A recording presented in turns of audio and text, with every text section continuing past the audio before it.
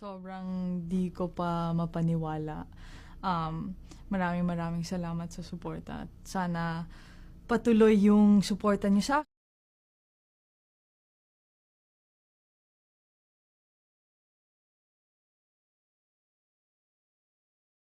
Kamusta mga kapong Pinoy? Surprise! Excited na akong imbitahin kayong lahat na manood sa mga laban ko sa Mubadala Abu Dhabi Open. Tears, tickets, and heartbreak. The day Eala won a heart but lost the war. Welcome back to Champions Tennisics, the only place where we don't just watch the ball, we feel the heartbeat of the game. If you love the drama, the passion, and the raw emotion of tennis, smash that subscribe button right now. You are not going to want to miss what we have for you today. We have a story today that is going to rip your heart out and stitch it back together, only to set it on fire with some of the most intense tennis action we've seen in 2026. We are taking you from the humid, emotional streets of Manila to the scorching blue hard courts of Melbourne. We have tears, we have tiebreaks, and we have the kind of backstage drama that the tour tries to hide. But first, we have to take you to the Rizal Memorial Tennis Center in the Philippines. Picture the scene. It's humid. The air is thick with the smell of street food and the electric anticipation of a crowd desperate for a hero. The inaugural Philippine Women's Open is underway, and the entire nation is buzzing for one name, Eala. She is the hometown bet, the girl who made it big, the idol on everyone's screens. But outside the glitz of the VIP gates, a different drama was unfolding, one that the cameras almost missed. Meet Miko. He's 7 years old. He's skinny, wearing a t-shirt that's seen better days, and he's clutching something precious in his small, dusty hands. They aren't toys. They are crumpled lottery tickets. For 3 months, this little boy stood on street corners, selling these tickets, saving every single coin, skipping meals, all for one dream: to buy a ticket to watch Eala play. He watched her every night on his mother's cracked smartphone screen. To him, she wasn't just a tennis player. She was hope. She was proof that you could be small and still conquer the world. So, on quarterfinal day, Miko walked up to the ticket booth, his savings in his pocket, his heart pounding in his chest. But the sign in the window shattered his world in 2 words: sold out. Can you imagine that feeling? The desperation? Miko didn't give up. He crept toward the VIP gate, the iron bars pressing against his face. He saw the luxury cars, the officials, the lucky few walking in. He held up his unsold lottery tickets to anyone who walked by, whispering, "Please, buy a lottery ticket. I just want to watch Alex. Just one set. Please." But the world can be cold. A towering security guard, doing his job but missing the humanity of the moment, shoved the boy away. "Move along, kid," he grunted. Miko stumbled back, nearly hitting the concrete. He lowered his head, the shame burning hotter than the Manila sun, and the tears began to stream down his dusty cheeks. It was over, or so he thought. At that exact moment, Eala was walking out of the practice courts, flanked by her team and bodyguards, heading to the locker room to prep for the biggest match of the tournament. She was in the zone, headphones on, eyes forward. But then, something stopped her. Her eyes swept across the crowd outside the fence and locked onto a tiny figure sitting in the dirt. She froze. Through the noise of the fans screaming her name, she heard it. The sobbing voice of a child. "Alex, I sell lottery tickets to buy a ticket to watch you, but they won't let me in." The entire entourage stopped. The bodyguards tried to usher her forward. "We have a schedule, Alex," but she ignored them. Without a second of hesitation, the 49th ranked player in the world turned around and walked straight to the gate. The area went dead silent. The reporters, realizing something unscripted was happening, swung their cameras around. Alex didn't care about the cameras. She dropped to one knee on the dirty pavement, right in front of Miko. She reached out and gently lifted the boy's chin. She didn't just get him a ticket. She gave him a moment that is worth more than any Grand Slam trophy. She wiped his tears and promised him that he wasn't invisible. It was the kind of moment that reminds us why we watch sports. It's not just about forehands and backhands. It's about inspiration. But, folks, as heartwarming as that moment was, tennis is a cruel sport. The court doesn't care about your good deeds. It doesn't care about the narrative. Once you step across that white line, it's a gladiator pit. And waiting for Eala inside that pit was not a fan, but a ruthless competitor. Camila Osorio. The narrative was set for a fairy tale. The hometown hero, fueled by the love of her people and the inspiration of little Miko, marching to the title. But Camila Osorio? She didn't read the script. This was a clash of former U.S. Open Junior champions. You have Eala, the rising star of Asia, against Osorio, the fiery Colombian who has been scrapping on the tour for years. And let me tell you, Osorio came into Manila with one thing on her mind: silencing the crowd. The match, played under the lights at the Rizal Memorial, was a war of attrition. From the very first ball, you could feel the tension. Eala, ranked 49th, was the favorite on paper, but rankings go out the window when you have the pressure of an entire nation on your shoulders. The opening set was, to put it mildly, a nervous wreck. It was a shaky serving affair. Neither player could find their rhythm. It was break after break after break. We saw double faults creeping in, 3 apiece in the first set alone. It was messy. It was gritty. It was the kind of tennis where you are fighting yourself as much as your opponent. But here is where experience pays off. Osorio, ranked 84th but playing like a top 20 veteran, smelled blood in the water. In the 7th game of the first set, with the crowd chanting Eala's name, Osorio dialed in. She stopped missing. She started painting the lines. She secured a crucial break of serve, silencing the stadium. But the real dagger was the next game. She calmly consolidated the break, holding serve to stretch the lead to 5-3.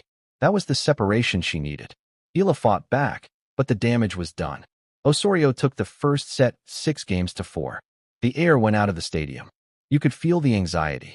Miko, watching from the stands now thanks to Alex, must have been clutching his seat. The second set? It was déjà vu. A carbon copy of the first.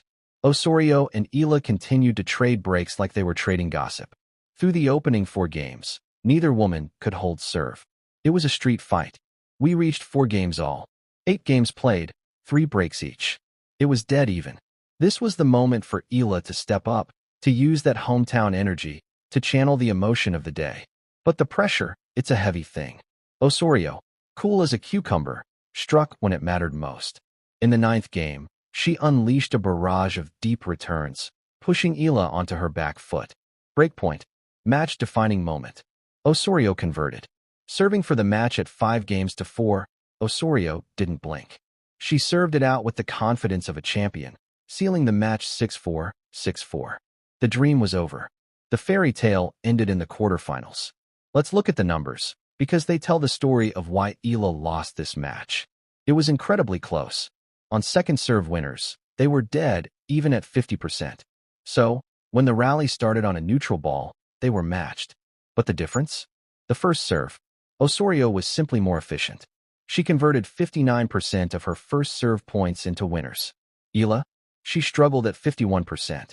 In a game of inches, that 8% difference is the canyon between winning and losing. Osorio was sharper, cleaner, and when the pressure ramped up, she was the one who executed. Alex Eala was gracious in defeat, despite the heartbreak.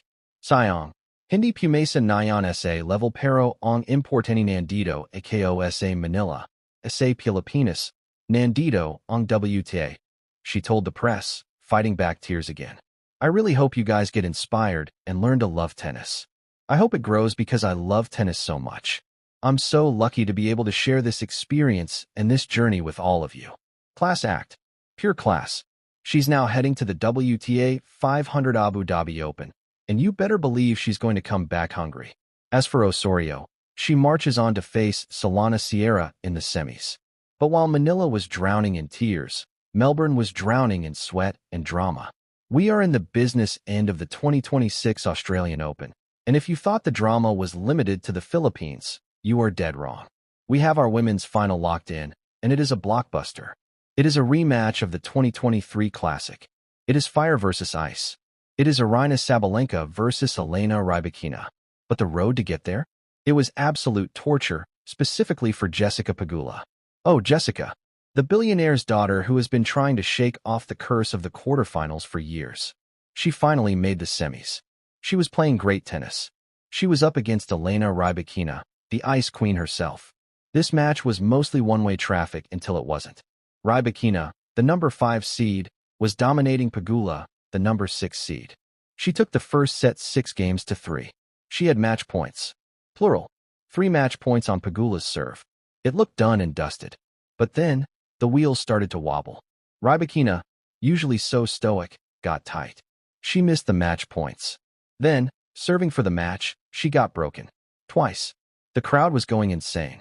Pegula was clawing her way back from the grave.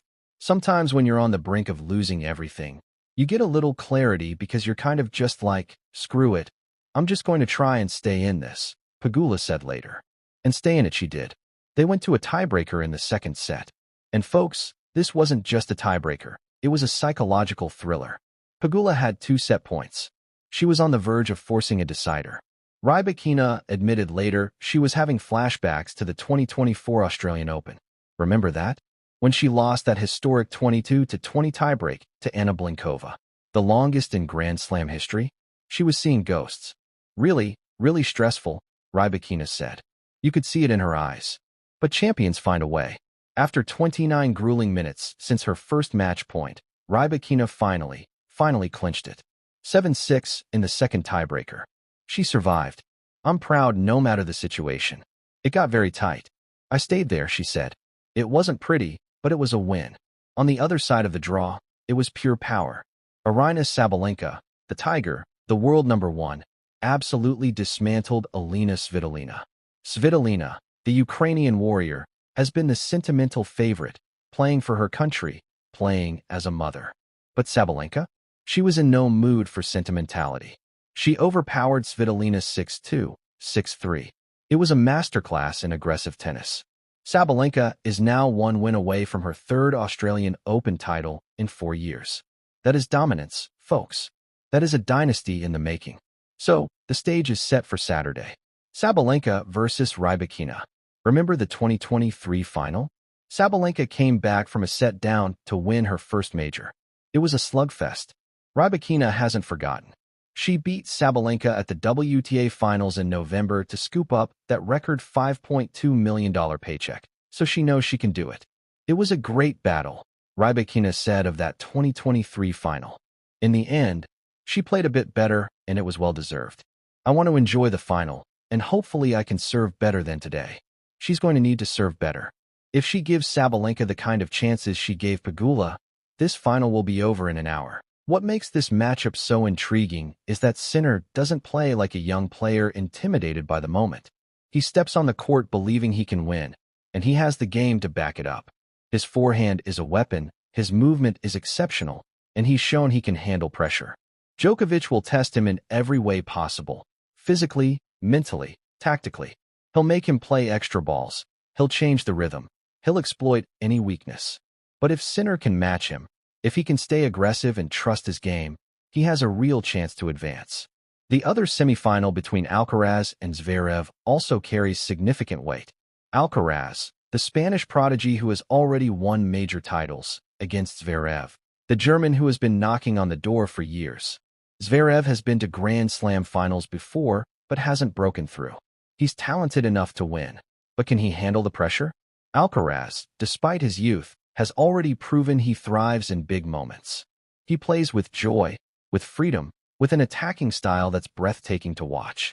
If both he and Sinner win their semifinals, we could get a final that represents the true changing of the guard in men's tennis. But let's not forget about the doubles competitions, the wheelchair events, the junior tournaments all happening simultaneously at Melbourne Park. The Australian Open is a massive operation, showcasing tennis at every level. The stories aren't limited to the marquee matches on center court. There are qualifiers fighting for their careers, veterans playing their last tournaments, young players experiencing Grand Slam tennis for the first time. Each of them has a story, a journey, a dream. The business side of tennis is also evolving rapidly. Prize money continues to increase, with the Australian Open offering record payouts this year. Sponsorship deals are getting bigger, particularly for the top players who transcend the sport and become global brands.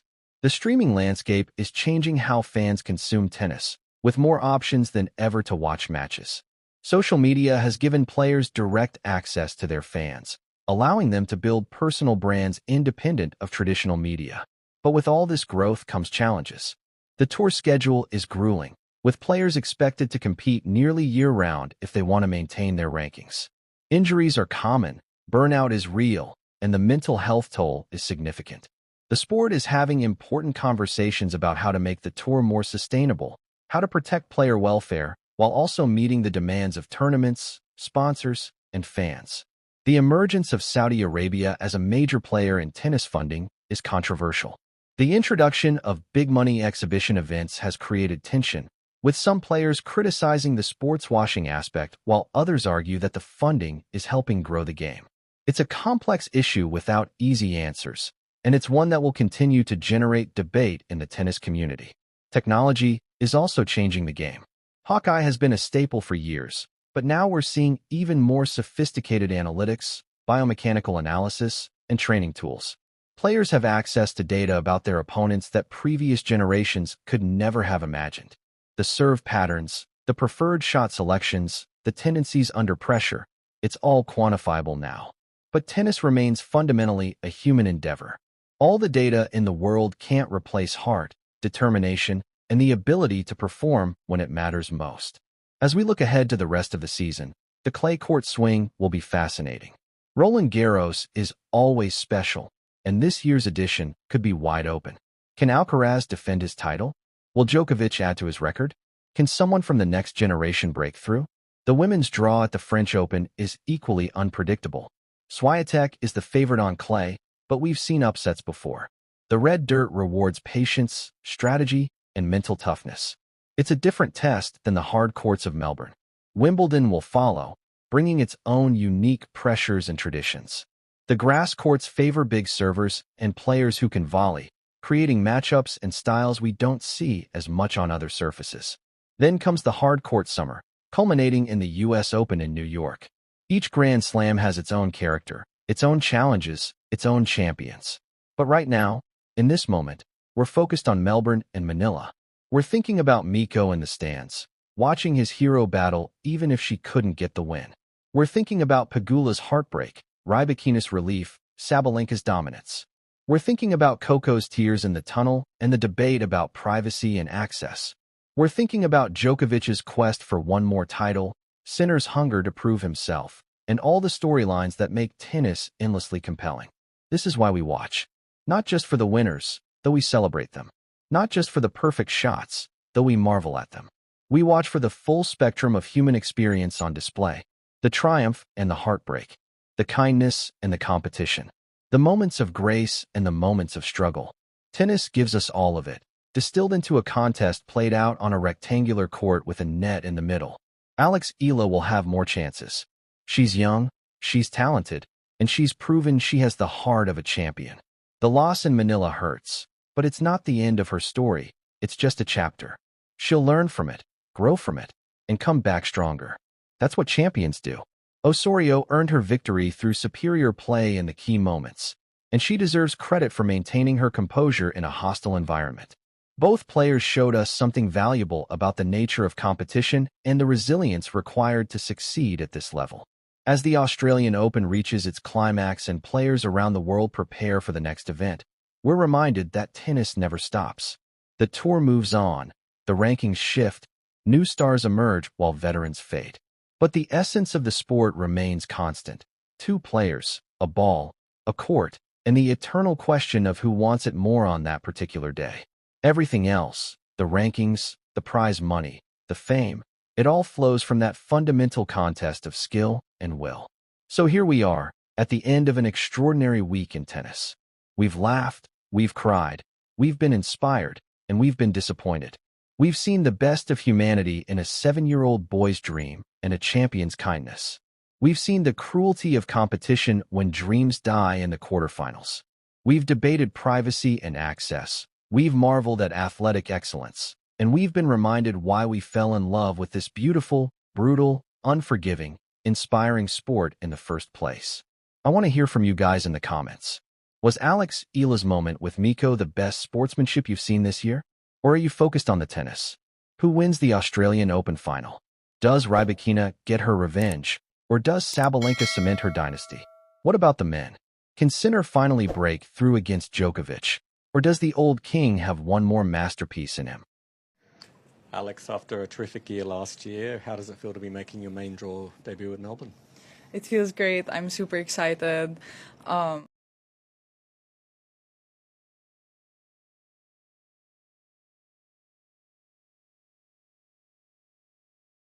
Kamusta mga kapong Pinoy?